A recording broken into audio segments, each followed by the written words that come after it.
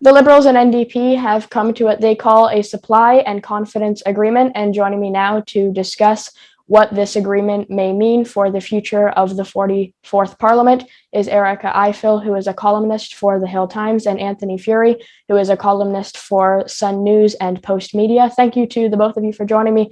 Erica, perhaps I'll start out with you. This agreement has been the Conservatives, their interim leader, Candice Bergen, put out a statement on the day that it was announced. She calls it a coalition. The Bloc Québécois has been using similar language. The NDP and the Liberals say, no, this is not a coalition. The NDP doesn't have seats around the cabinet table. So I guess just what do you make around the fact that no one can really seem to agree as to what the agreement actually is? I think nobody can seem to agree with the messaging of what the agreement is. And that's probably more accurate. Okay, and so then, Anthony, I guess maybe just the same question to you, depending on whether or not you would have a different perspective.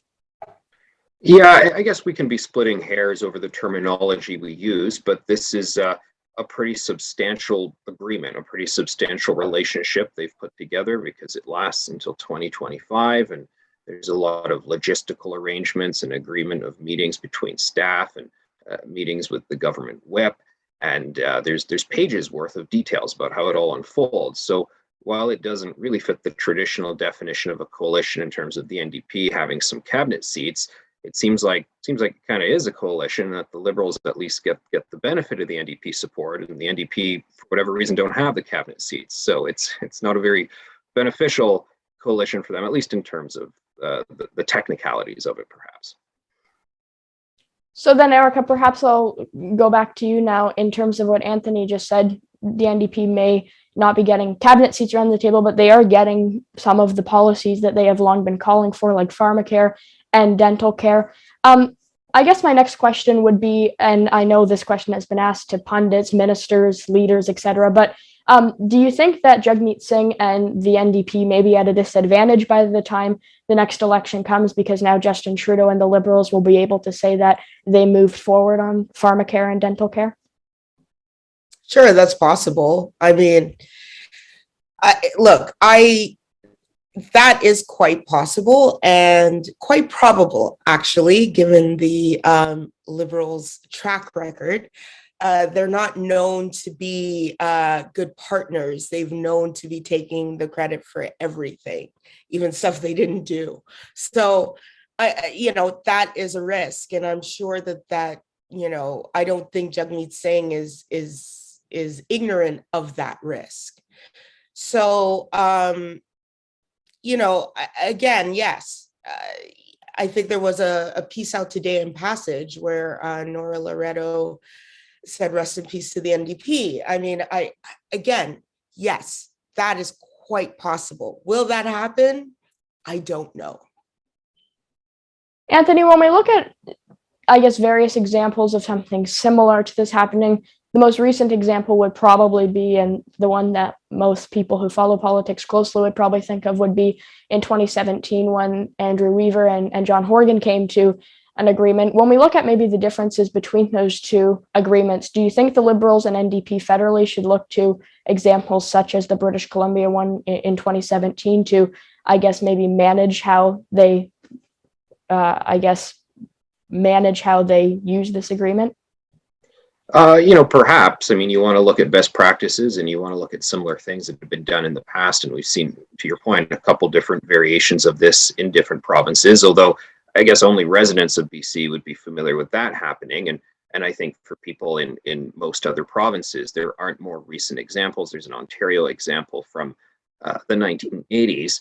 I think for a lot of federal voters, they're just going to be a little taken aback, a little surprised by this. I mean, if you voted for the NDP, if you voted for the Liberals, if you support the dental plan and the various other measures, you're going to be fairly supportive of this, I imagine, presumably. But it's still just not how things typically happen in the Canadian system right now. Obviously, it can happen. It's not breaking any rules. But I think a lot of people will still need to be sold on whether or not this is something that should become politics as usual.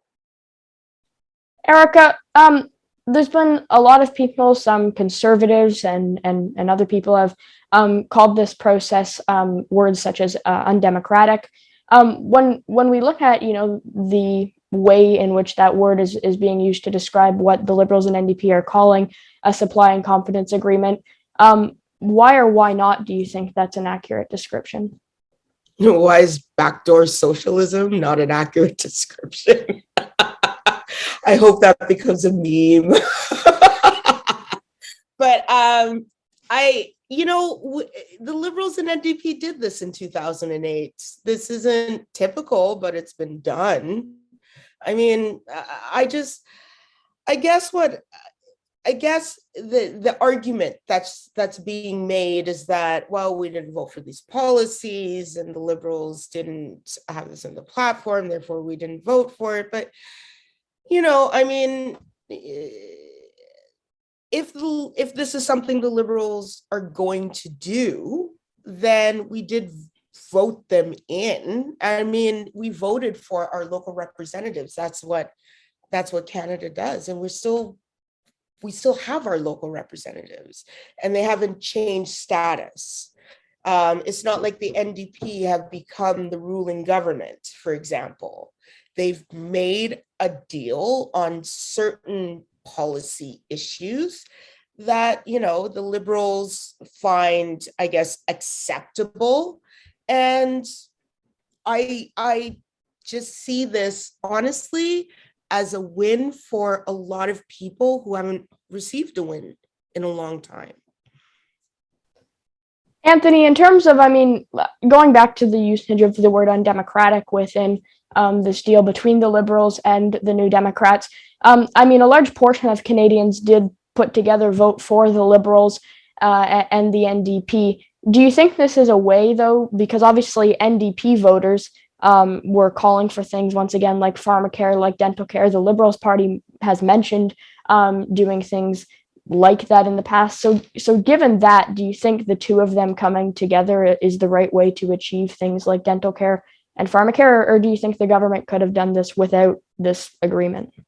Oh, I think they certainly could have. They could have done it piecemeal, item by item. I mean, when you look at the formal agreement, and they've made this public, when you read the list of promises there's quite a lot of them, and it reads like a mini platform. It reads like a mini throne speech, which is typically things that we have elections for. So to see this sort of materialize kind of randomly in the middle of a session of Parliament is quite something. Erica brought up 2008, and I'm reminded of Michael Ignatieff talking about why he did not sign on to the coalition. He wanted to be the last holdout for that, the coalition that Stéphane Dion wanted to cobble together with the NDP, because he felt that while, yes, you could technically do it, people just weren't accustomed to it happening that way. It wasn't how people believed democracy in Canada functioned, even though, the Governor General would technically accept those sort of proposals. So he felt that, no, was it technically undemocratic? It was not.